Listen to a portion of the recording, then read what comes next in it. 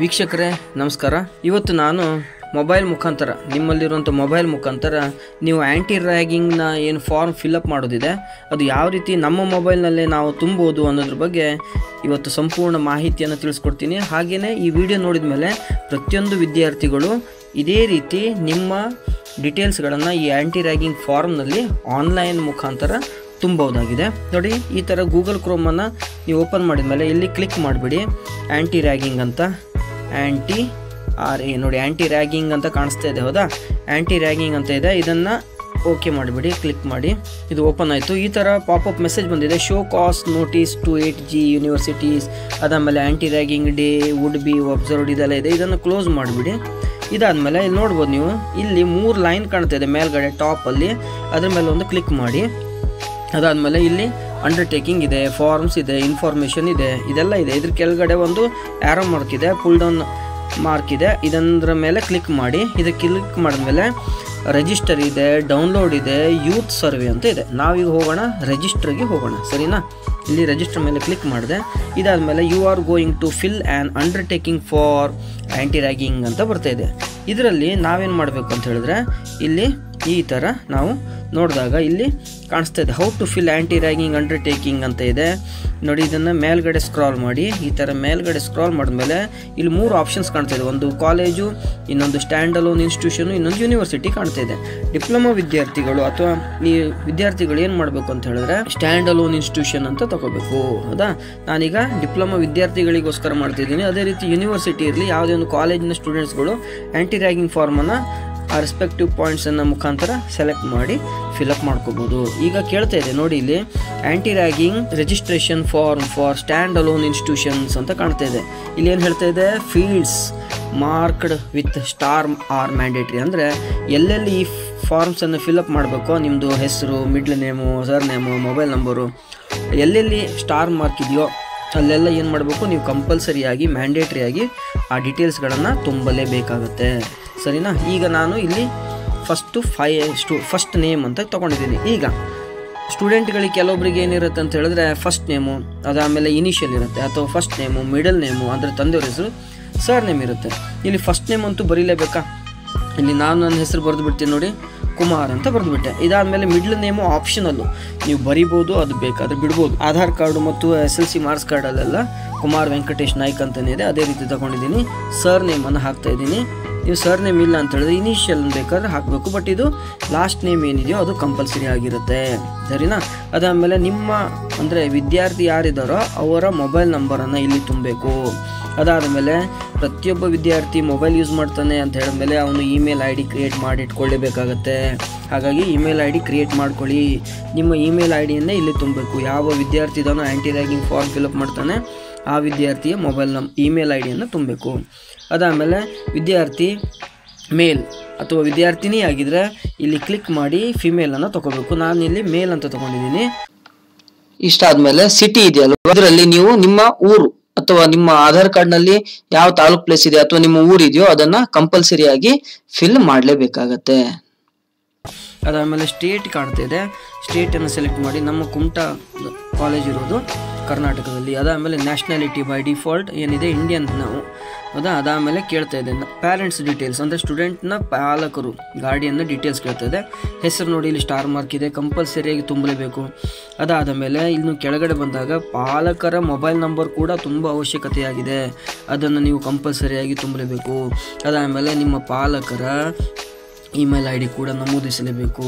ಅಕಸ್ಮಾತ್ ನಿಮ್ಮ ಪಾಲಕರ ಇಮೇಲ್ ID ಇಲ್ಲ ಅಂತ ಹೇಳಿದ್ರೆ, ನಿಮ್ಮ ಅಕ್ಕನೋ ತಂಗಿನೋ ಅಣ್ಣನೋ ಯಾರಾದರೂ ಅವ್ರದ್ದು ಇಮೇಲ್ ID ಇದ್ದರೆ ಅದನ್ನು ಎಂಟ್ರಿ ಮಾಡಲೇಬೇಕು. ಅದಾದಮೇಲೆ ಪಾಲಕರು ಎಲ್ಲಿರ್ತಾರೆ ಅವರ ಸಿಟಿ ಪ್ಲೇಸನ್ನು ಎಂಟ್ರಿ ಮಾಡಬೇಕಾಗುತ್ತೆ. ಇಲ್ಲಿ city place, parent guardian city ಅಂತ ಇದೆ, ಅಂದರೆ ಗಾರ್ಡಿಯನ್ ಅವರ ಅಥವಾ ಪಾಲಕರ ಊರು, ಅದನ್ನು ನಮೂದಿಸಬೇಕಾಗುತ್ತೆ. ಅದಾದಮೇಲೆ ಯಾವ ಊರಿನಲ್ಲಿರ್ತಾರೆ ಅಥವಾ ಯಾವ್ದು ಊರಂತ ಸೆಲೆಕ್ಟ್ ಮಾಡಿದ್ಮೇಲೆ ಅದು ಯಾವ ಸ್ಟೇಟು, ಸಪೋಸ್ ಮುಂಬೈ ಆಗಿದ್ದರೆ ಮಹಾರಾಷ್ಟ್ರ ಅಂತ ಸೆಲೆಕ್ಟ್ ಮಾಡಬೇಕು.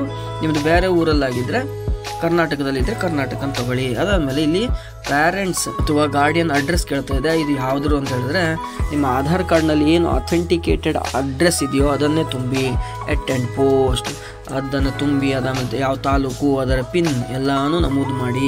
ಇಷ್ಟಾದ ಮೇಲೆ ಇನ್ನು ಬರುವಂಥದ್ದು ನೆಕ್ಸ್ಟ್ ಬರೋದು ಇನ್ಸ್ಟಿಟ್ಯೂಷನ್ಸ್ ಡೀಟೇಲ್ಸು ಮತ್ತು ಕೋರ್ಸ್ ಡೀಟೇಲ್ಸ್ ಕೇಳುತ್ತೆ ಇಲ್ಲಿ. ಈಗ ನೋಡಿ ಇಲ್ಲಿ ಇನ್ಸ್ಟಿಟ್ಯೂಷನ್ ಆ್ಯಂಡ್ ಕೋರ್ಸ್ ಡೀಟೇಲ್ಸ್ ಅಂತ ಬಂದಾಗ state in which institute is based, ಯಾವ ಸ್ಟೇಟಲ್ಲಿದೆ. ನಮ್ಮ ಕುಮಟಾದಲ್ಲಿ ಇರುವಂಥ ವಿದ್ಯಾಧಿರಾಜ ಪಾಲಿಟೆಕ್ನಿಕ್ ಇರೋದು ಕರ್ನಾಟಕ ಸ್ಟೇಟಲ್ಲಿ, ಅದಕ್ಕೋಸ್ಕರ ನಾನು ಕರ್ನಾಟಕ ತಗೊಂಡಿದ್ದೀನಿ. ಇನ್ಸ್ಟಿಟ್ಯೂಟ್ ನೇಮ್ ಅಂತ ಕೇಳ್ತಾ ಇದೆ, ಇದು ನೋಡಿ ವೆರಿ ವೆರಿ ಇಂಪಾರ್ಟೆಂಟು. ಇದನ್ನು ಕ್ಲಿಕ್ ಮಾಡಿದ್ಮೇಲೆ ಇಲ್ಲಿ ಎ ಇಂದ ಸ್ಟಾರ್ಟ್ ಆಗಿ ಹಾಗೆ ಸ್ಕ್ರೋಲ್ ಮಾಡಿದಾಗ ತುಂಬ ಬರ್ತಾ ಹೋಗುತ್ತೆ. ಅದರ ರೀತಿ ನೋಡಿ ಇಲ್ಲೊಂದು ಏಸ್ ಸ್ಕೂಲ್ ಅಂತ ಇದೆ, ಇದು ಅಲ್ಲ, ಇದು ಕ್ಯಾನ್ಸಲ್ ಮಾಡ್ತಾ ಇದ್ದೀನಿ. ಏಸ್ ಸ್ಕೂಲ್ ನೋಡಿದ್ರೆ ನರ್ಸಿಂಗ್ ಇದೆ ಹೌದಾ, ಅದಕ್ಕೆ ಒಂದು S23284 ಇದೆ. ಅದೇ ರೀತಿ ನಮ್ಮ ಶ್ರೀ ವಿದ್ಯಾಧಿರಾಜ ಪಾಲಿಟೆಕ್ನಿಕ್ ಎಸ್ ಅಲ್ಲಿ ಬರುತ್ತೆ ನೋಡಿ. ಈಗ ಡಿ ಇಂದ ಸ್ಟಾರ್ಟ್ ಆಗಿದೆ ನೋಡಿ, ಇಲ್ಲಿ ಕಾಣಿಸ್ತಾ ಇದೆ ನಮ್ಮ ಕಾಲೇಜಿನ ಕೋಡು.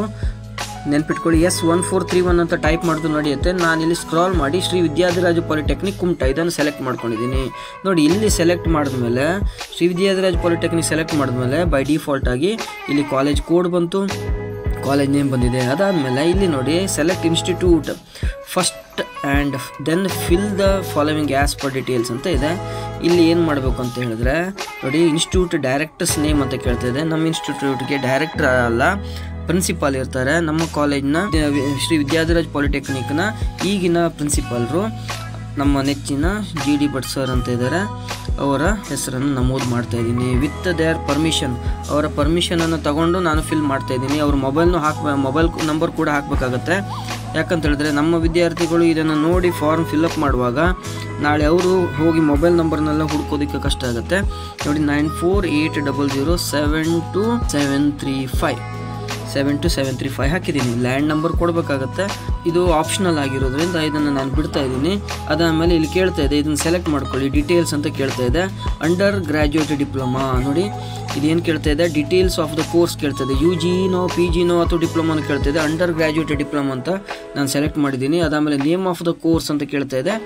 ನಮ್ಮ ಹುಡುಗರಾದರೆ ಆಟೋಮೊಬೈಲ್ ವಿದ್ಯಾರ್ಥಿಗಳಾದರೆ ಆಟೋಮೊಬೈಲ್ ಇಂಜಿನಿಯರಿಂಗ್ ಅಂತ ಕೊಡ್ತೀನಿ. ನೀವು ಬೇರೆ ಯಾವುದೇ ಬ್ರ್ಯಾಂಚ್ ಆಗಿದ್ದರೂ ನೀವು ನಿಮ್ಮ ಬ್ರ್ಯಾಂಚಿನ ಇದನ್ನು ಕೊಟ್ಕೊಳ್ಳಿ, ಕೋರ್ಸ್ ನೇಮನ್ನು. ನಂಬರ್ ಆಫ್ ಸ್ಟೂಡೆಂಟ್ಸ್ ಎಷ್ಟು ಜನ ಇದ್ದಾರೆ ನಿಮ್ಮ ಕ್ಲಾಸ್ನಲ್ಲಿ, ಫಸ್ಟ್ ಇಯರ್ ಇದ್ದರೆ ಎಷ್ಟು, ನಿಮ್ಮ ಕ್ಲಾಸ್ನ ಸ್ಟ್ರೆಂತ್ ನಮೂದು ಮಾಡಬೇಕು. ಅದಾದಮೇಲೆ ಕರೆಂಟ್ ಇಯರ್ ಯಾವುದು ಇಯರ್ ಇದು, ಫಸ್ಟ್ ಇಯರೋ ಸೆಕೆಂಡ್ ಇಯರೋ ಥರ್ಡ್ ಇಯರೋ ಅದನ್ನೆಲ್ಲ ಎಂಟ್ರ್ ಮಾಡಬೇಕಾಗುತ್ತೆ. ಅದಾದಮೇಲೆ ನಿಯರೆಸ್ಟ್ ಪೊಲೀಸ್ ಸ್ಟೇಷನ್ ಯಾವುದು, ನಮ್ಮ ಕಾಲೇಜಿಗೆ ನಿಯರೆಸ್ಟ್ ಪೊಲೀಸ್ ಸ್ಟೇಷನ್ ಅಂತ ಹೇಳಿದ್ರೆ ಕುಮಟಾ ಪೊಲೀಸ್ ಸ್ಟೇಷನ್ ಹೌದಾ. ಅದಾದಮೇಲೆ UGC ರೆಗ್ಯುಲೇಷನ್ಸ್ ಇದ್ದಾವೆ ನೋಡ್ಕೊಳ್ಳಿ.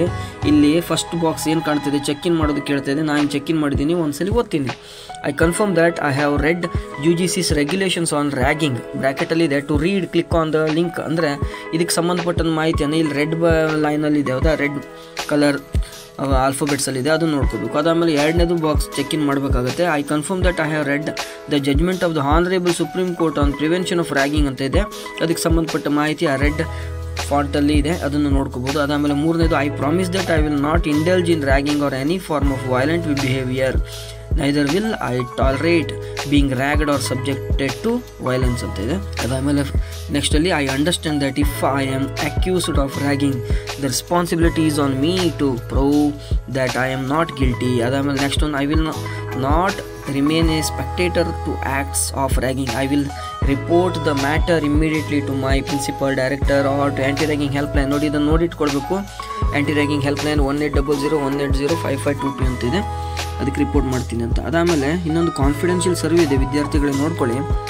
Please answer these questions truthfully and honestly because survey is totally confidential. ಇದನ್ನು ಸರ್ವೆಯನ್ನು ಕಾನ್ಫಿಡೆಂಟ್ ಆಗಿರ್ತಾರಂತೆ. ವ್ಯಾರ್ ಯು ಎವರ್ ರ್ಯಾಗ್ಡ್ ಅಂತ ಕೇಳ್ತಾ ಇದೆ. ನಮ್ಮ ಕಾಲೇಜ್ನಲ್ಲಿ ಯಾವುದು ರ್ಯಾಗಿಂಗ್ ವಿಷಯನೇ ಬರಲ್ಲ, ಯಾಕಂದರೆ ರ್ಯಾಗಿಂಗ್ ನಡೆಯಲ್ಲ ಇಲ್ಲಿ. ಹಾಗಾಗಿ ವ್ಯಾರ್ ಯು ಎವರ್ ರ್ಯಾಗ್ಡ್ ಅಂತ ಕೇಳಿದ್ರೆ ನೋ ಅಂತ ಕೊಟ್ಟಿದ್ದೀನಿ. ಅದಾದಮೇಲೆ did you ever rag anybody, ಯಾರಿಗಾದ್ರು ರ್ಯಾಗ್ ಮಾಡಿದ್ದೀರ ಅಂತ ಕೇಳ್ತಾ ಇದೆ. ನಮ್ಮ ಹುಡುಗರು ಯಾರು ರ್ಯಾಗಿಂಗು ಮಾಡಲ್ಲ, ರ್ಯಾಗನ್ನು ಮಾಡಿಸ್ಕೊಳ್ಳಲ್ಲ, ನೋ ಅಂತ ಕೊಟ್ಟಿದ್ದೀನಿ. What is the phone number of national anti ragging helpline ಅಂತ ಕೇಳ್ತಾಯಿದೆ, ಅದನ್ನು ನಮೂದು ಮಾಡಿಬಿಡ್ತೀನಿ ನೋಡ್ಕೊಳ್ಳಿ. 180018055522 ಅಷ್ಟನ್ನು ಹಾಕಿದ್ದೀನಿ. Does ragging happen in your college? No, ಯಾಕಂದರೆ ರ್ಯಾಗಿಂಗ್ ಆಗಲ್ಲ. ಅದಾದಮೇಲೆ warning, please recheck your details specially email address and mobile number before submitting the form. I have rechecked the form and confirm that all the details are correct ಅಂತ ಕೊಡ್ತಿದ್ದೀನಿ. ಅದಾದಮೇಲೆ ಇಲ್ಲಿ ನೋಡಿ ಕೆಳಗಡೆ submit form ಇದೆ, red button, ಅದನ್ನು submit ಮಾಡಿ. ಈಗ ಸಬ್ಮಿಟ್ ಫಾರ್ಮ್ ಅನ್ನ ಕ್ಲಿಕ್ ಮಾಡಿದ್ರೆ ಯುವರ್ ರೆಕಾರ್ಡ್ ಸಬ್ಮಿಟೆಡ್ ಸಕ್ಸಸ್ಫುಲಿ ಅಂತ ಬಂದಿದೆ. ವಿತ್ ರೆಫರೆನ್ಸ್ ID ಬರುತ್ತೆ. ನೀವು ಏನು ಹೆಸರು ಮತ್ತು ಇಮೇಲ್ ID ಕೊಡ್ತೀರಾ ಅದು ನಮೂದಾಗುತ್ತೆ, ಅದು ಶೋ ಮಾಡುತ್ತೆ. ಸರಿನಾ? ಸೊ ಆತ್ಮೀಯ ವಿದ್ಯಾರ್ಥಿಗಳೇ, ಇದು ಇವತ್ತಿನ ಈ ಮಾಹಿತಿ ಏನಿತ್ತು ಇದನ್ನು ಸರಿಯಾಗಿ ನೋಡ್ಕೊಳ್ಳಿ. ಇದಕ್ಕೆ ತಕ್ಕಂತೆ ನೀವು ಫಾರ್ಮನ್ನು ಫಿಲ್ಅಪ್ ಮಾಡಿ. ಪ್ರತಿಯೊಬ್ಬ ವಿದ್ಯಾರ್ಥಿಗಳು ಆ್ಯಂಟಿ ರ್ಯಾಗಿಂಗ್ ಫಾರ್ಮನ್ನು ಆನ್ಲೈನ್ನಲ್ಲಿ ಫಿಲ್ಅಪ್ ಮಾಡಬೇಕು. ಇದರ ಉಪಯೋಗನ ತಗೊಳ್ಳಿ, ನಿಮ್ಮ ಫ್ರೆಂಡ್ಸ್ ಎಲ್ಲರಿಗೂ ಶೇರ್ ಮಾಡಿ ಅಂತ ಹೇಳ್ತಾ ಇಲ್ಲಿವರೆಗೂ ಈ ವಿಡಿಯೋನ ನೋಡಿದ್ದಕ್ಕೆ ಥ್ಯಾಂಕ್ ಯು ವೆರಿ ಮಚ್.